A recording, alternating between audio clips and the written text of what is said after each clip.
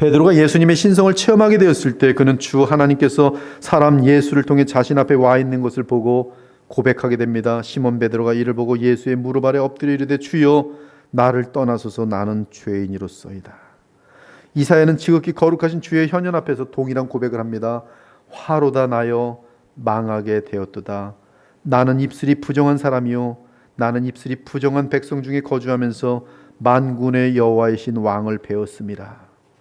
이 입술에 대한 내용은 성경에서는 그 마음까지 연결되어 있어요. 지금 이 이사야의 고백은 나는 죄인 중에 괴수입니다라는 고백이, 지금 이 땅에 있는 많은 나의 백성들도 다 문둥병자들처럼 죄인인데 나도 이제 보니 하나님 앞에 보니 나도 문둥병자와 같은 죄인입니다를 깨닫는 거예요. 욥기는 자기 생활이 상당히 깨끗하다고 생각하면서 정말 둘러보았지만 변명을 해보려고 했지만 마침내 하나님 앞에서 나 존재는 구원받을 수 없으며 오직 중보자 그분만 외에는 다른 길이 없다는 것도 욥도 그대로 고백을 해요. 이 세상에 어떤 의인도 하나님 앞에 직접 나갈 수 없어요. 하나님 보실 때 어떠한 의인도 다 문둥병 환자일 뿐이에요. 그래서 그걸 고백하는 내용이 나는 입술이 부정한 사람이요 나는 입술이 부정한 백성 중에 거주하면서 만군의 여호와이신 왕을 배웠음이라는 고백이, 따라서 이사야가 자신의 입술이 부정하다고 하고 입술이 부정한 백성이라고 표현한 것은 자신을 포함한 유다 백성 모두가 부패한 자들이라고 인정한 것이, 즉 베드로처럼 나는 죄인입니다 나를 떠나소서라고 인정한 것과 동일한 내용이, 특히 입술이 부정하다는 것은 이사야 29장의 배경 속에서 보면 이 백성이 입으로는 나를 가까이하며 입술로는 나를 존경하나 그 마음은 내게서 멀리 떠났나니, 즉 하나님 앞에 진실함이 부족함과 믿음의 부족함에 대한 문제를 지적해주고 있어요. 그러므로 이사야는 그 상태에 이르지 못한 상태이기 때문에 화로다 나여 망하게 되었도다라고 절규합니다. 화로다 나여 망하게 되었도다. 참된 믿음을 갖는 대부분의 사람이 한번 거치게 되는 과정은 나는 지옥에 떨어져 마땅한 악한 존재라는 것을 인정하는 기간을 지나게 돼요. 하루다 나여 망하게 되었도다. 나는 지옥불에 떨어져 합당한 죄인이로소이다. 이사야도 동일한 고백을 해요. 베드로도 동일한 고백을 해요. 근데 바로 거기서부터예요. 그때에 화로다 나여 망하게 되었도다. 나는 마음이 간교하고 위선적인 문둥병자와 같은 죄인으로소이다 라고 하나님의 임재 가운데 자신을 정확히 알게 되었을 때 그 고백 가운데에서 바로 그때 어떤 일이 발생하는가. 스랍 중 하나가 부젓가락으로 제단에서 집은 바 핀숯을 손에 가지고 날아와서 그것을 이사의 입술에 대며 말합니다. 이것이 내 입에 닿았으니 내 악이 채워졌고 내 죄가 사여졌느니라. 저는 이 내용을 길게 원어를 이야기하면 설명할 수 있어요. 70인경의 이사야 6장 7절. 근데 정리하면 이 뜻은 지은 죄악에 대한 기록이 도말되었고 죄성 역시 깨끗하게 씻겨졌다는 뜻이. 어떻게 그렇게 될 수 있습니까? 당연히 우리 주 예수 그리스도의 십자가의 대속의 효력 외에 다른 것이 없습니다. 즉 그리스도의 십자가의 이 구속과 무관한 것을 불로 갖고 왔을 때 그것은 성령의 불일 수가 없는 것이에요.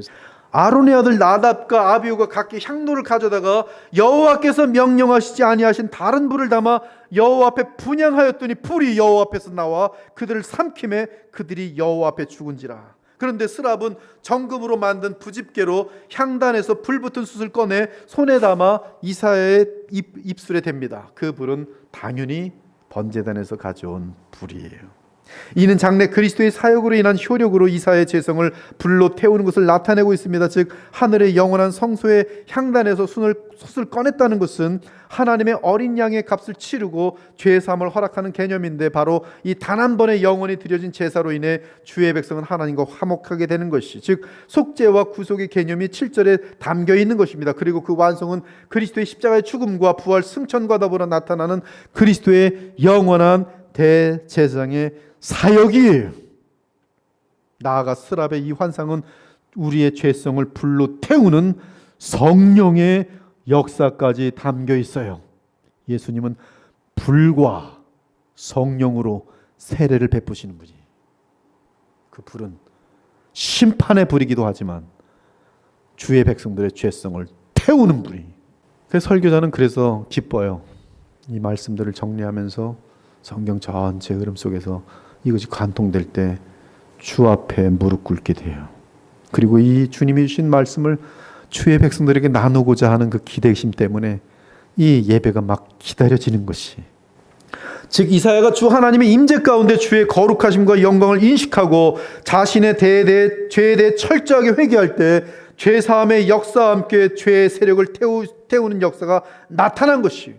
그리고 나서 무엇이 가능합니까? 하나님과의 대화가 가능해요. 죄 문제가 해결됐어요. 내 속에 하나님을 대항하는 죄성이 불타버렸어요. 이제 그리스도 안에서 나를 보시는 하나님께서는 나는 선한 의인입니다. 죄책이 제거된 사람입니다. 죄성이 불타 없어진 사람입니다. 그래서 우리를 만날 수가 있어요.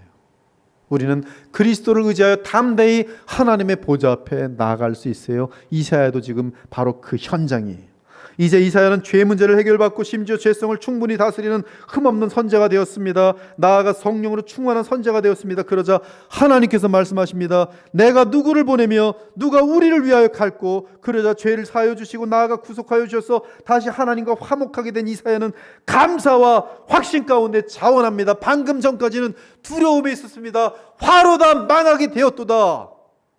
그런데 이제 회복되었습니다. 내가 여기 있나이다. 나를 보내소서. 참으로 그리스도의 속죄로 인해 죄사함을 확신하게 된 신자들마다, 또한 하나님의 성령으로 충만하게 된 자들마다 내가 여기 있나이다. 나를 보내소서. 근데 동일한 말을 바울이 다메섹 도상에서 우리 주 예수 그리스도, 부활의 영광의 예수 그리스도께 말해요. 내가 여기 있나이다. 나를 보내소서. 이 말이 어떻게 바뀌었냐면 주여 내가 무엇을 하리이까, 그 말로 바뀌어요. 주여 내가 무엇을 하리이까. 여러분, 바울이 다메섹 도상에서 부활의 영광의 예수 그리스도를 직접 만나죠. 부활의 예수님을 만났는데 이 만나기 전까지 바울이 어떤 사람인지 아세요? 그리스도인들을 죽이고 옥에 가두고 박해하고, 바울이 예수님을 만나기 전까지는 완전히 사탄에게 속아가지고 하나님을 대적하는 일을 하고 있었어요. 근데 몰랐어요. 그건 자기가 그걸 하나님을 위해 한다고 생각했어요. 근데 드디어 예수님, 부활하신 예수님을 만나면서 내가 속았다는 것을 알게 되고, 그리고 그의 인생은 180도로 바뀝니다. 이스라엘과 이방인들에게 내가 너를 구원하여 그들에게 보내요. 이제 바울의 역할이 나옵니다. 그 눈을 뜨게, 바울이 역할이 아니죠. 바울을 사용하시나 하나님의 역사죠. 그 눈을 뜨게 하여 어둠에서 빛으로, 사탄의 권세에서 하나님께로 돌아오게 하고. 누구처럼? 바울, 너처럼. 그 바울은 고백합니다. 내가 모든 사람에게서 자유로우나 스스로 모든 사람에게 종이 된 것은 더 많은 사람을 구원하고자 함이라. 내가 달려갈 길과 주 예수께 받은 사명 곧 하나님의 은혜의 복음을 증언하는 일을 마치려 하면은 나의 생명조차 조금도 귀한 것으로 여기지 아니하노라. 사랑하는 여러분, 참으로 그리스도의 십자가의 은혜와 성령의 역사로 죄사함과 함께 그 입술의 정결함을 얻은 자들마다 죄로부터의 자유함을 얻은 가운데 이사야 선지자처럼 감사와 사랑과 뜨거운 마음과 불타는 정열로 내가 여기 있나이다. 나를 보내소서.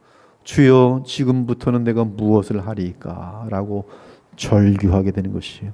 오늘 2021년 이 자리에 예배하신 여러분들은 주의 보혈로 말미암아 죄사함을 얻었고 부활 승천하여 영광의 왕이 되신 우리 주께서 보내시는 성령으로 여러분의 죄성은 불에 다 타버린 하나님의 자녀들입니다. 여러분이 이 시간에, 이 아침에 질문해야 할 질문은 바울하고 동일합니다. 주여 내가 올해 무엇을 하오리까? 주여 내가 여기 있나이다.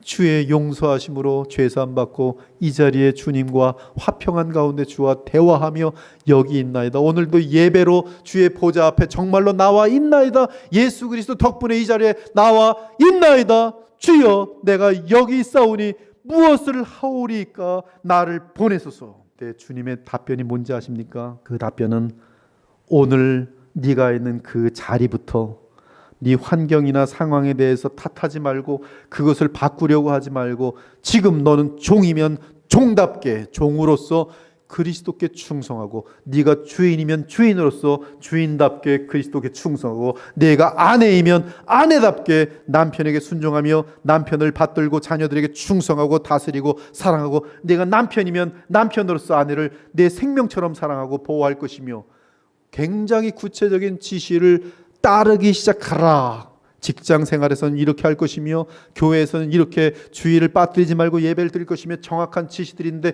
이것을 하라라고 답변을 해요. 그것이 오늘 우리에게 주시는 답변이에요. 주여 무엇을 하오리까? 선교사가 되겠습니다. 뛰쳐나가지 마시고 주님 오늘 내게 주시는 그 지침을 들어야 돼요. 그 지침은 내가 부름받은 그곳에서 종이라고 불평하지 말고 내가 왜 오늘 사장도 아니라 왜 집이 이렇게 조그만 곳에 삽니까? 라고 불평하지 말고 누구는 저렇게 좋은 집에서 태어났는데 왜 나는 여기서 태어나서 못생기게 태어났어요? 불평하지 말고 지금 네가 못생기든 잘생기든 어떤 상황이든 공부를 많이 했건 못했건 하나도 중요하지 않고 지금 그곳에 주어진 그곳에서 하나님의 계명을 주님의 말씀을 감사하는 가운데 성령의 충만함으로 지켜나가기 시작하라. 이것이 주 예수께서 바울을 통하여 우리에게 주시는 주여 내가 무엇을 하리이까에 대한 답변이 오직 하나님의 계명을 지킬 따름이니라. 각 사람은 부르심을 받은 그 부르심 그대로 지내라. 주 안에서 부르심을 받은 자는 종이라도 주께 속한 자유인이요 또 그와 같이 자유인으로 있을 때 부르심을 받은 자는 그리스도의 종이니라. 너희가 종이든 자유인이든 그리스도께 이제는 종으로서 살아가라.